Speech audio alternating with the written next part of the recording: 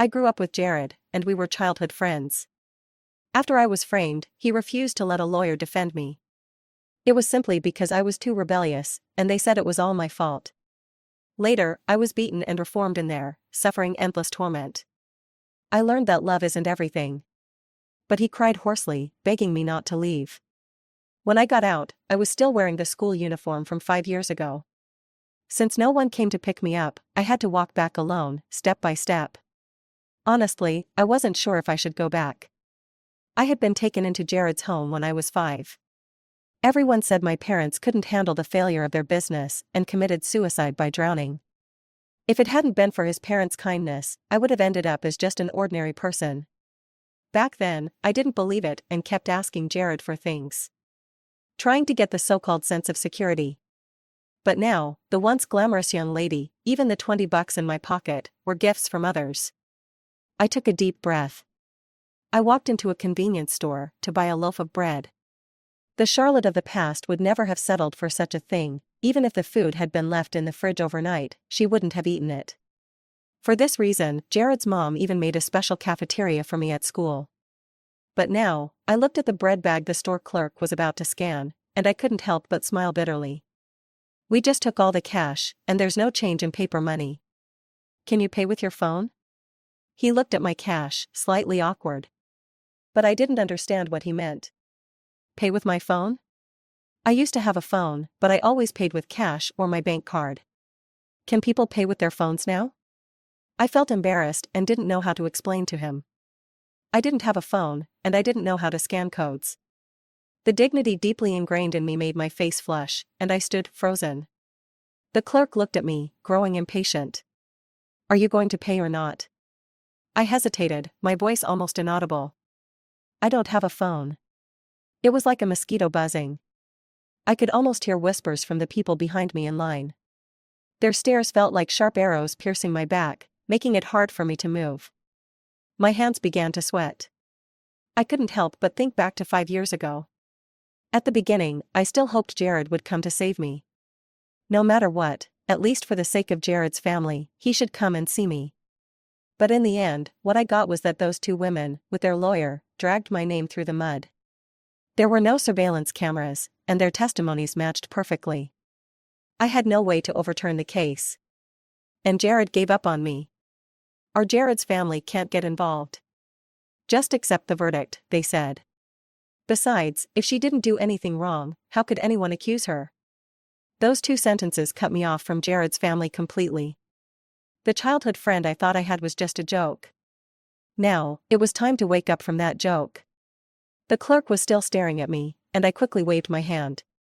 Sorry, I'll pass. He rolled his eyes. But I didn't dare argue. He was right. I was a mess.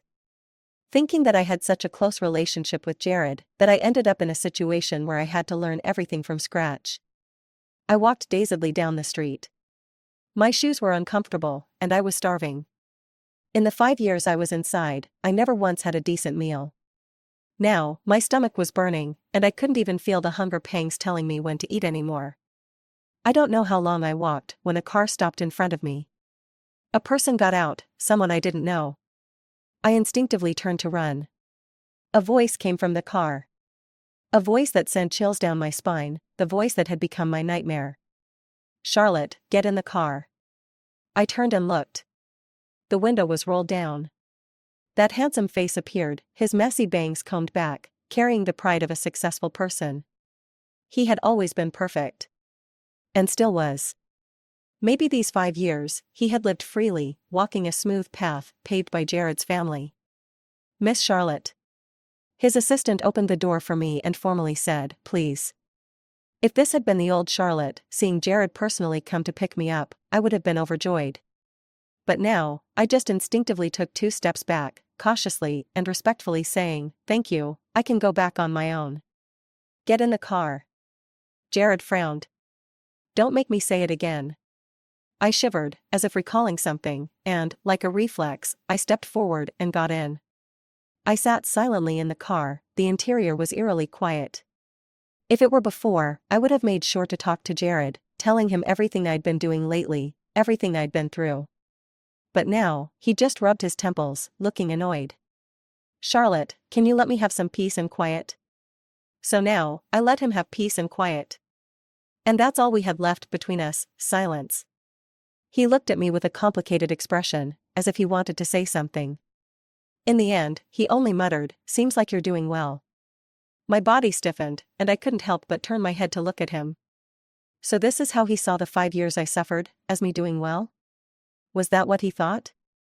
Was this life of being hungry and sleeping poorly, being abused by roommates, considered doing well in his eyes? I even started to doubt if he had a hand in all of this.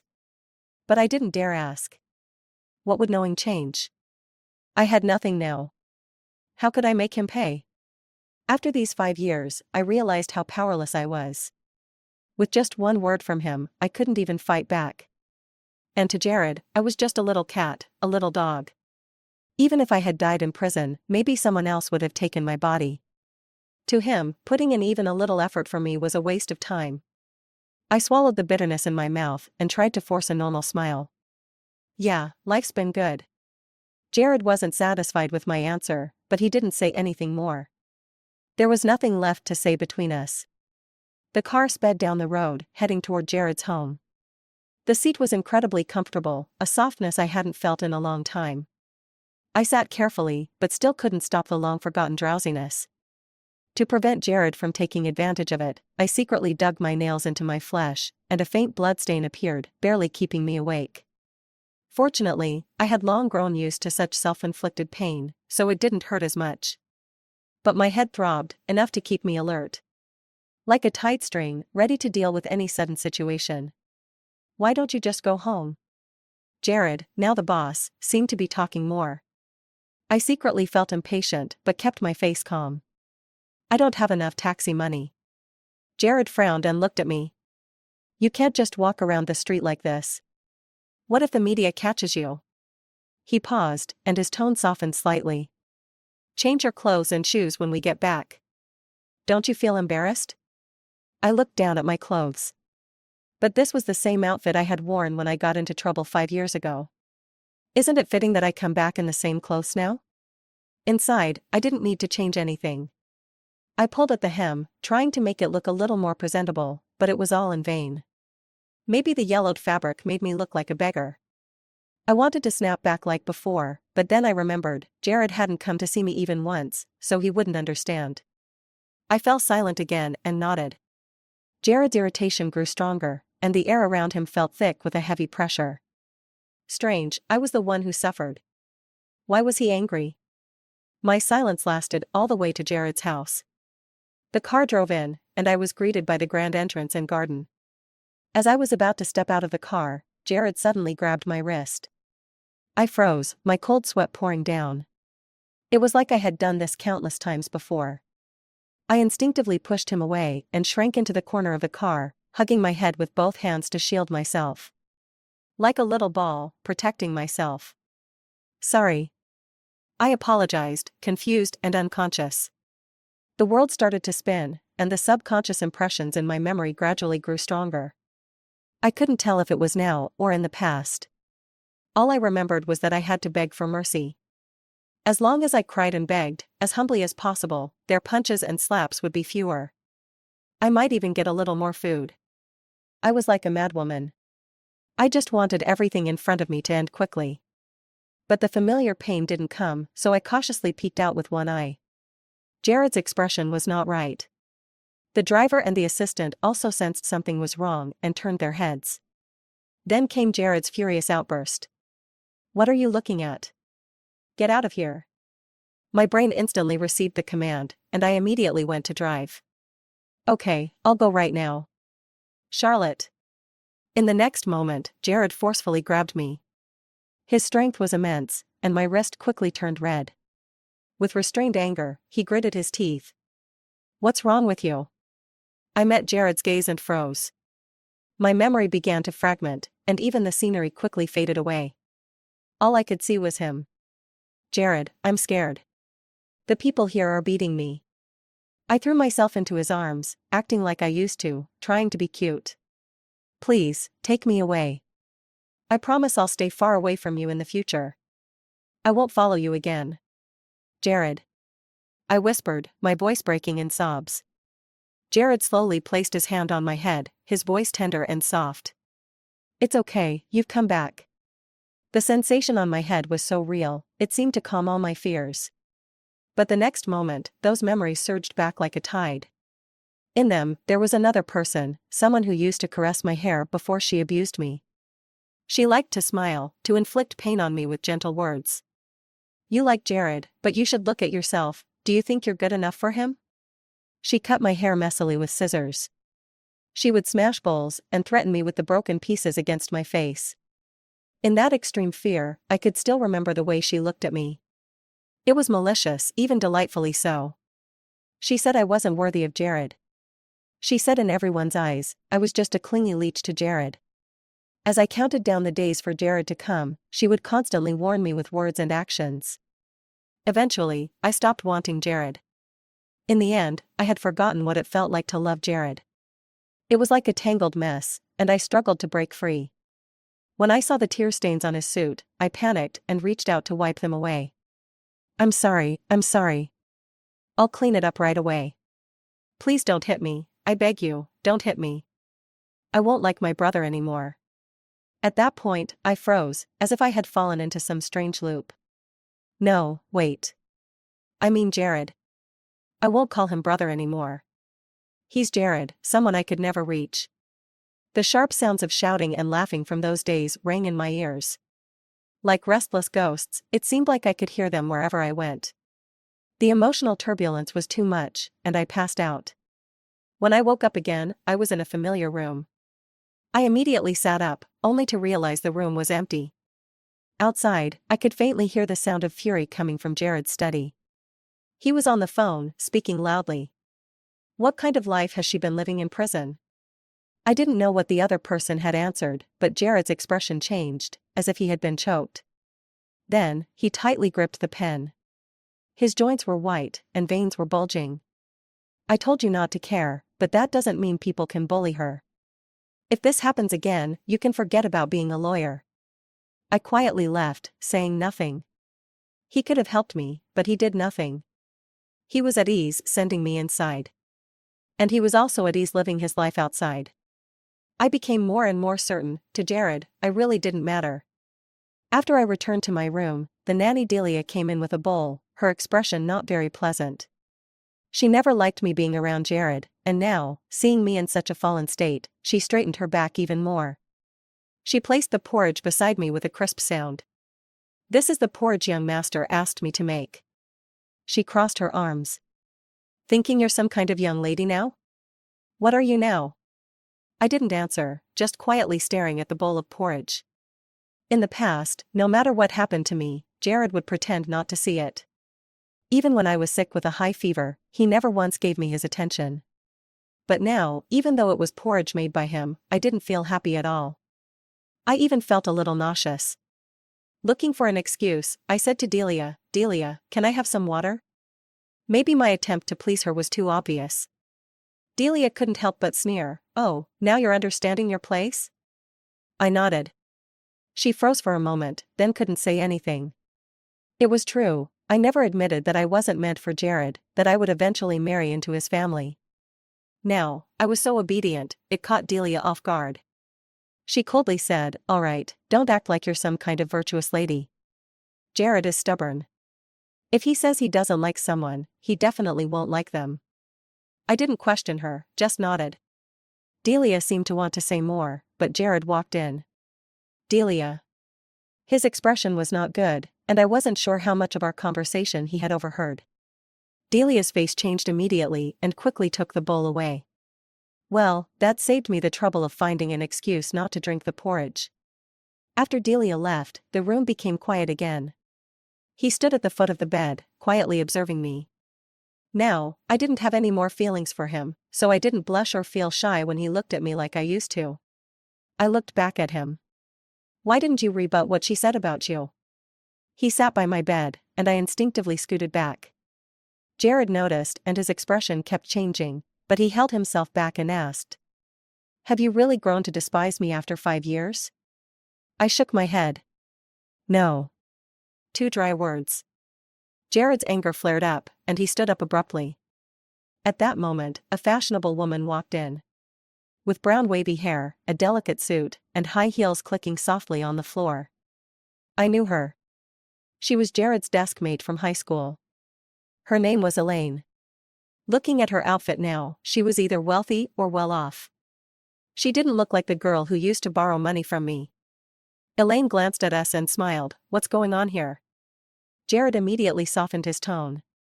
"What are you doing here?" She took out a document from her bag. "Of course, I'm here to get you to sign something, big shot." Elaine moved gracefully and naturally linked her arm with Jared's. He didn't pull away but introduced her to me. "She's my assistant now." I forced a smile. Honestly, the last person I wanted to see right now was Elaine. Elaine seemed very familiar with this home.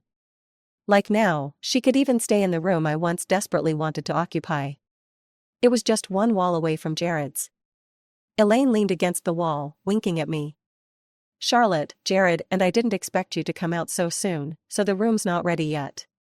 Her voice was crisp and lively, just like the girl I knew 5 years ago. "But Jared is moving out soon, and I'll be moving my things in with him." Jared stood silently beside her, watching my reaction. But how could I still have the strange hostility toward the women around him like I did 5 years ago? I just smiled. "Congratulations." Elaine paused, then said sweetly, "Thank you."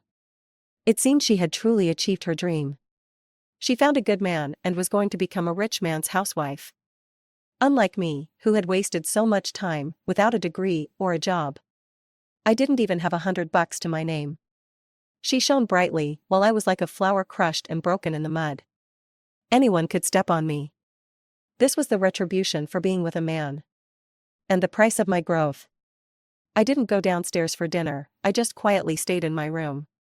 Jared thought I was trying to get his attention again. The sound of his leather shoes clicking on the floor echoed. "Charlotte, what are you up to this time?" I looked up at him. The light from the crystal chandelier was blinding, and his face was a shadow in the glow. Staring at him for too long made my eyes burn with a strange heat. There was a kind of indescribable pain. I lowered my gaze and softly said, "I don't want to eat." It wasn't that I didn't want to eat, on the contrary, I was really hungry. But I had been starving for so long, I couldn't eat much at once, so I could only ease the hunger with some thin porridge. Delia had cooked all kinds of rich dishes, but there was nothing I could eat. Jared could misunderstand if he wanted to. "I'm sorry." I clenched my fists, trying to wipe away the tremble in my heart. "Charlotte, you're free now. No one will ever beat you again because you refuse them. Never again." I forced my tears back. I remembered that Jared used to hate it when I acted weak in front of him. He'd say it was all an act and looked terrible. And the person I was supposedly imitating was Elaine. Actually, before high school, Jared and I didn't have such a bad relationship. He would wait for me to go to school and take me on trips. Sometimes, when he was in the mood, he'd take me out for fun. Jared's parents were always busy, they barely spent a day at home. So Jared took on the role of an older brother. That was, until he met Elaine. Her family wasn't wealthy, but she was well off enough to attend a private school.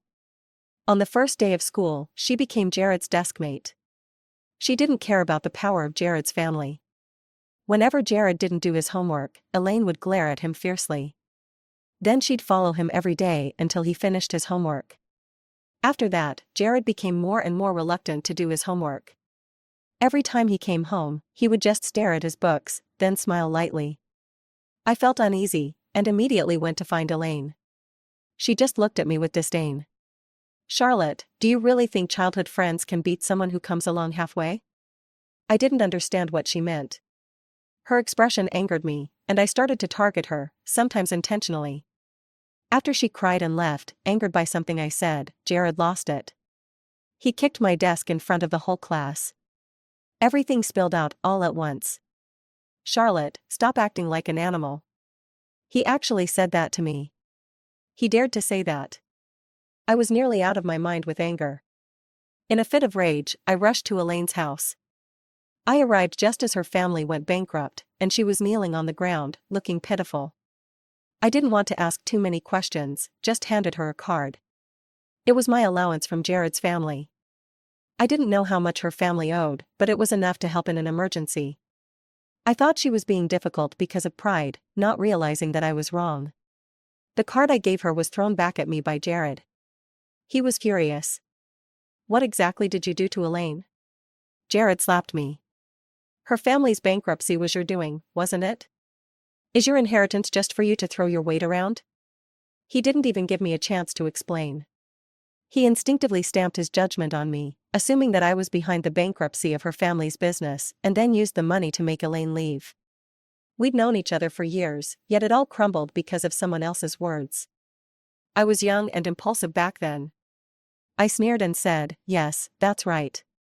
It was me." I still remember how reckless I was in my words. "Who told her to like you? Who told her to try and steal my person?" Honestly, I regretted saying that. I could think it, but I shouldn't have said it. Jared's pride wouldn't allow me to treat him as if he were my possession. Sure enough, he sneered. The next day, he was in a relationship. His girlfriend was Elaine. After they started dating, I withdrew into myself at school. I only focused on studying, hoping to leave this place as soon as possible. Fortunately, several schools abroad were happy with my grades and achievements over the years. As long as I graduated, they would accept me immediately. But then, 2 months later, during the most crucial time of senior year, someone died. She was Elaine's best friend. That day, I was once again on the top floor of the classroom, studying English. While I was memorizing, I heard dragging sounds outside. Instinctively, I followed. 2 people were dragging a girl and half pushing her to the rooftop. My heart almost jumped out of my chest. I turned around to find a teacher, but someone seemed to trip me, and I hit my head against the wall and passed out. Before losing consciousness, I saw the girl like a kite with a broken string. She fell rapidly to the ground. Fear filled her eyes. Later, they insisted that they dragged the girl to the rooftop and left. With Elaine's testimony, I became the target. Everyone thought I had attacked Elaine's best friend out of spite, wanting to make Elaine suffer. Such reasoning was almost laughable. But no one stood up for me. Not even Jared. After what happened, did I ever see him again? But now, I had grown quiet, and Jared, on the other hand, was quick to anger. He rubbed his head in frustration. "Charlotte, what do you want?" Jared squatted down. "You used to always speak your mind. What's going on now?" His eyes met mine, filled with deep confusion. Yes, in front of me, he was always powerless. Because he didn't want to think too much. I was always able to handle my emotions and face him. It was as if he didn't need to think about me at all. Jared sighed and placed his hand over mine. "I know you've been wronged, but Charlotte, who hasn't? When I didn't help you, do you think my parents didn't get angry at me?" He smiled bitterly. "All these years, your room has been off limits. Sometimes, even if I wanted to go in, I had to get their approval first." I remained indifferent, just listening. Jared's mouth moved, as if he had more to say. But before he could, the door opened. Elaine peeked her head in. "Boss, the meeting's about to start." Jared frowned. "Cancel it." Elaine stuck out her tongue. "We can cancel, but what about the acquisition? Everyone's worked so hard. Don't you want to listen?" Her words were sharp, very much like Elaine. I glanced up at her. She looked back at me confidently, but with a hint of mockery in her eyes. "Charlotte, wait for me." Jared tightly pressed my fingers, his voice dropping. "When I get back, I have something to talk to you about." I watched them leave. Just like before, as long as Elaine was around, his attention wouldn't be on me for long. "But Jared, what makes you think I'd still wait for you?" I tied the bed sheet to the balcony and quietly slipped away. As a child, I never imagined this trick would become my lifeline.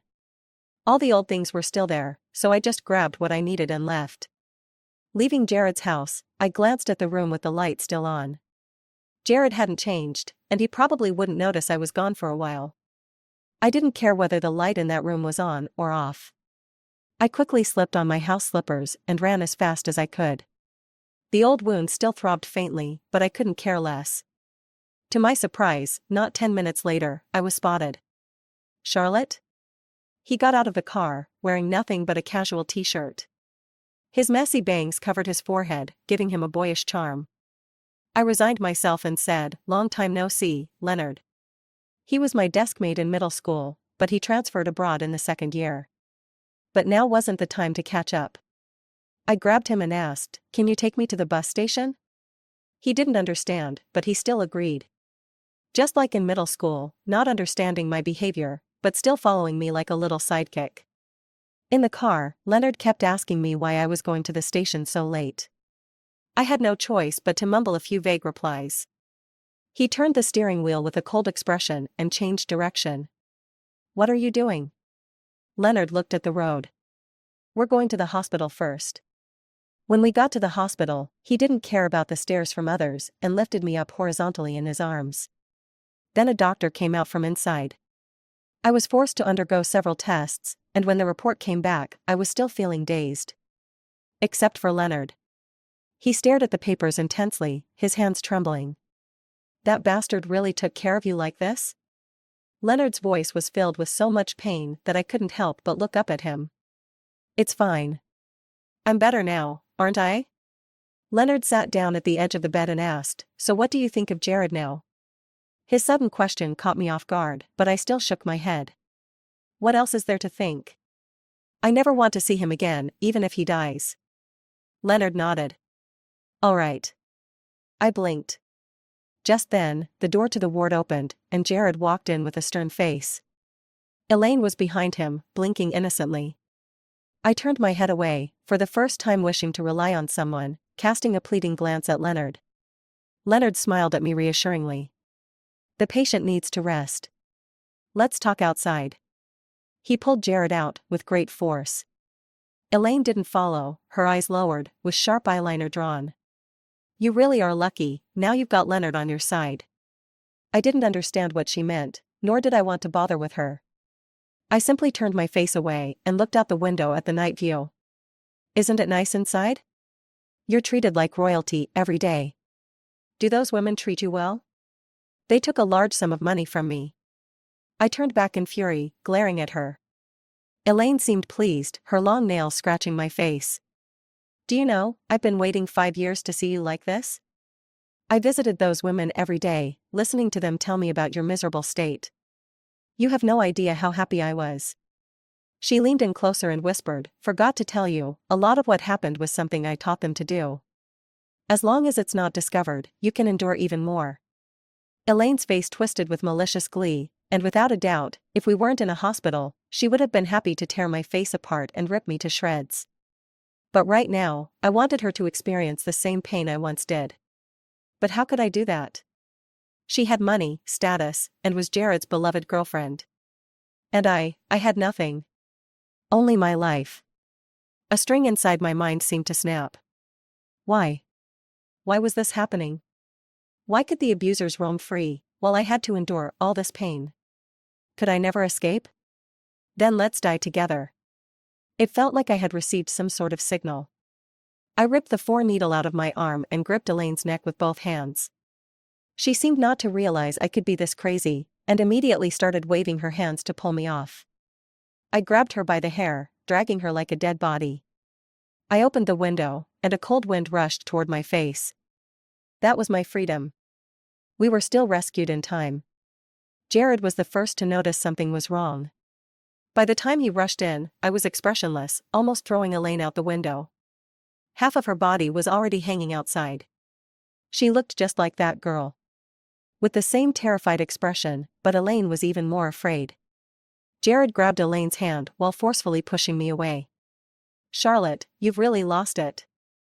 I was thrown to the ground, staring up at Jared with blank eyes as he stood towering over me. 5 years ago, you caused harm to someone, and now you're doing it again? His eyes were filled with disappointment. Jared hadn't changed. Whenever something went wrong, he would always be on the opposite side of me. So, this was how I appeared in his eyes, poisonous and malicious. 5 years ago, he didn't want to hire a lawyer for me because he also believed the rumors. In his mind, I was someone capable of murder. "Apologize to Elaine." He grabbed my wrist with great force. Partly as a threat, he said, otherwise, you'll never come back. Then, as if he thought of something, his gaze softened, and he coaxed me, if you apologize, I won't make a big deal out of it. Make a big deal of it if you want. Leonard pulled me away, the scent of wood and perfume entering my nose, giving me a sense of calm. 5 years ago, I couldn't protect her. This time, let's see who dares to touch her. His voice was firm and strong. Jared's lips trembled slightly, exposing his panic. What are you, sticking your nose into my family matters? Leonard laughed, as long as Charlotte is willing, this can also be my business. Elaine's face turned pale. She looked at Jared, and as expected, he grew furious. But Leonard's family held too much power, and Jared often had to rely on their status. Leonard's dry, large hand held mine tightly, giving me some courage. I'm not Jared's family. I don't have any blood relation to them. I met Jared's disbelieving gaze. Jared, listen carefully. From now on, you have no right to interfere in my affairs. The ridiculous incident at the hospital ended. After being discharged, I moved into the neighborhood Leonard arranged for me. I originally wanted to refuse, but Leonard said Jared had been following me around recently, and if I really left, he would definitely drag me back. At least for my safety, he hoped I wouldn't refuse. I had no choice but to agree. During this time, Leonard seemed very busy. I didn't want to disturb him, but when he was exhausted and lying on the sofa, I would cover him with a blanket, or heat up a cup of milk when he had been working too long. Leonard was very observant and noticed that I didn't like being alone. He would come early and leave late every day. He knew how to maintain the right distance in our relationship, neither too close nor too distant. Gradually, I started sharing small things with him again. We returned to the closeness we had in middle school. Half a year passed, and I slowly started to accept the outside world again. I couldn't live under Leonard's wing forever. Just when I thought I had moved on, I got out of the taxi, and Jared was standing right in front of me. He had lost a lot of weight, his eyes were sunken, and he smelled strongly of cigarettes. I didn't expect him to look this worn down and couldn't help but sigh inwardly. I know everything that happened in the last 5 years. I was confused, just staring at him. I've fired Elaine, and I've withdrawn all investments from her family's company. Charlotte, will you forgive me? I gave him a half-smile. So you're saying I should thank you for avenging me? Jared quickly waved his hand, hesitant. Charlotte, will you move out from Leonard's place and come back to me? I scoffed. But I haven't apologized to Elaine yet. Jared was filled with overwhelming grief. Do you really have to hurt me like this? You weren't like this before. I smiled. Exactly, Jared. The past was the past. Do you really think you can just erase those 5 years by bowing your head? Elaine tormented me so much, and you just fired her. She's still the rich young lady of her family. Besides, it was your fault for not standing up for me back then, which allowed Elaine to take advantage. I said in a low voice, I only want to ask you one thing. When they suspected I had a motive, what were you thinking? He couldn't speak. Because he also suspected me. He thought I had hurt Elaine's friends out of love and possessiveness. In his eyes, I had already been branded as a killer. Elaine was sentenced. The case that had once seemed closed made new progress. They found that someone else had been on the rooftop that day. In a corner, they found Elaine's school ID card. It was spotted by a student when the school was doing a cleanup. Later, Elaine, in panic, confessed everything. She was sentenced to 7 years in prison for perjury. As for the 2 others, they were sentenced to life imprisonment. After I was imprisoned, one became a teacher at a private school, and the other inherited family wealth to do charity. Even after causing deaths, they still lived glamorous lives. But delayed justice will not waver because of their family. 5 years later, the truth came to light. That school abroad sent me an invitation letter and also reissued my high school diploma. Before getting on the plane, I looked sincerely at Leonard. Thank you. If it weren't for him, things wouldn't have gone this smoothly for me.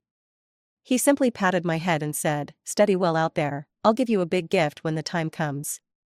I wanted to say more, but my gaze fell on someone. He stood behind a pillar, staring at me intently. I didn't linger on him for too long and just turned to walk inside. My world was just beginning to unfold. Later, Jared came to find me several times, each time standing silently at a distance. He didn't approach, sometimes even the rain drenching him seemed to go unnoticed. But during the last time, he walked up to me, his fingers white from where they hung at his side. Jared's gaze swept over my face before he finally spoke after a long pause. "It's nice.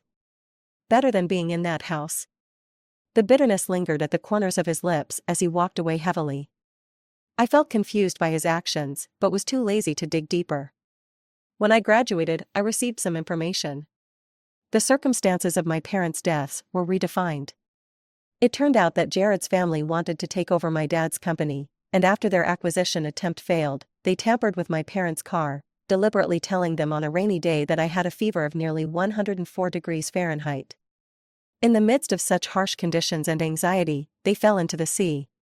As for Jared's parents, they adopted me without a hint of remorse and became agents of my family's company. And because of the crimes committed, I was forced to relinquish my inheritance of the company. I learned all of this only after Jared took over the company. He knew very well it was their fault. Yet, even after everything that happened, he showed no regret. He always believed that no matter what happened, I would always be behind him. I bought a ticket to return home. Jared's parents had already been apprehended and were set to face trial. As for Jared, knowing of the crimes but failing to report them while attempting to hide the evidence, he was also imprisoned. Leonard asked if I wanted to see him. I didn't answer, nor did I say I would go. If it weren't for Leonard, I would still be mistaking a thief for my father. No matter how far Jared's family fell, it wouldn't bring back my parents. On the first day back, I went to my parents' memorial. There were already flowers placed there, and the area had been cleaned up nicely. That person turned his face. I saw him clearly. The sunlight fell on him, bringing a bit of fractured warmth. "Charlotte, are you still taking on little followers?" And,